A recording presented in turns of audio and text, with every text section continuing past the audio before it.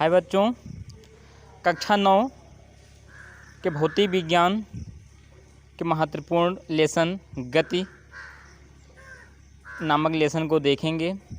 गति का वर्णन कैसे किया जाता है। हम किसी वस्तु की स्थिति को एक निश्चित बिंदु को निर्धारित करके व्यक्त करते हैं। उस निश्चित बिंदु को ही क्या कहते हैं, निर्देश बिंदु कहा जाता है। तो बच्चों, जैसे मान लीजिए यहाँ एक कोई व्यक्ति बैठा है जिसका नाम ए है। यहाँ से कोई व्यक्ति चलना प्रारंभ करता है और पहुँचता है कहाँ पर है, बी पर। अब वो ए से बी तक जाने में कितना समय लगा रहा है और कितना दूरी तय कर रहा है, यह सभी मैटर निर्भर करते हैं किस पर, गति पर। तो इन्हीं चीज़ों को आज हम अच्छे तरीके देखेंगे। गति कितने प्रकार के होते हैं। तो गति का निर्धारण करने के लिए बच्चों हमें मूल बिंदु की आवश्यकता होती है, मतलब एक निश्चित बिंदु की आवश्यकता होती है। तो गति 3 प्रकार के होते हैं बच्चों। गति 3 प्रकार के होते हैं, यानी जो 3 प्रकार, कितने प्रकार के होते हैं, 3 प्रकार के होते हैं। पहला क्या होता है, सरल रेखीय गति। पहला सरल रेखीय गति। उसके बाद फिर दूसरा आता है, कौन सा, दूसरा आपको मिलेगा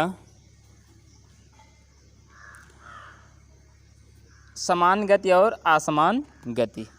तो सबसे पहले हम देखते हैं सरल रेखीय गति।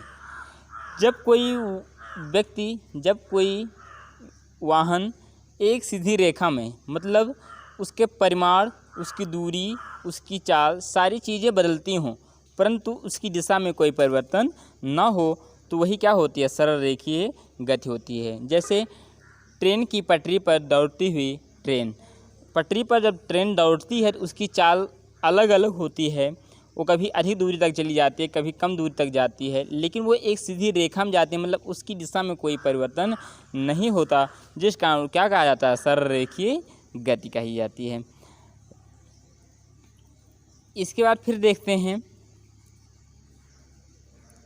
एक समान गति और असमान गति।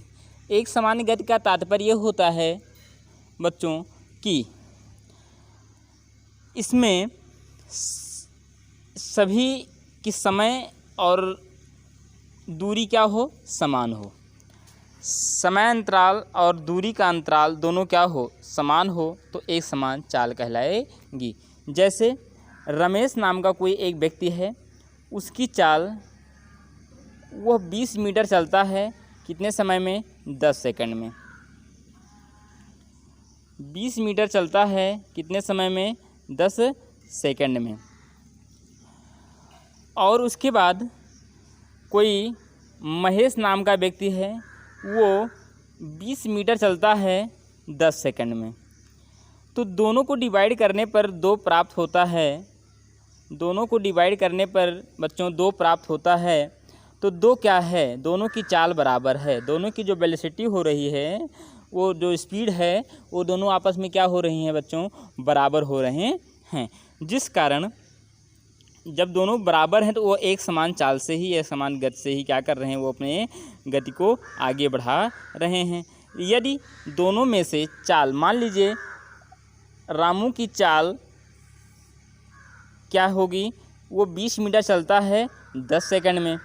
महेश की जो चाल होगी बच्चों, वो 20 मीटर चलता है 5 सेकंड में।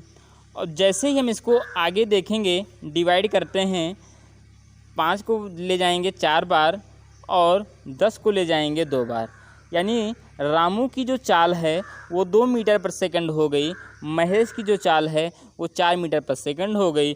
कहने का तात्पर्य दोनों की चाल क्या हो गई, भिन्न भिन्न हो गई। 1 का 2, 1 का 4, तो एक असमान गति बन गया।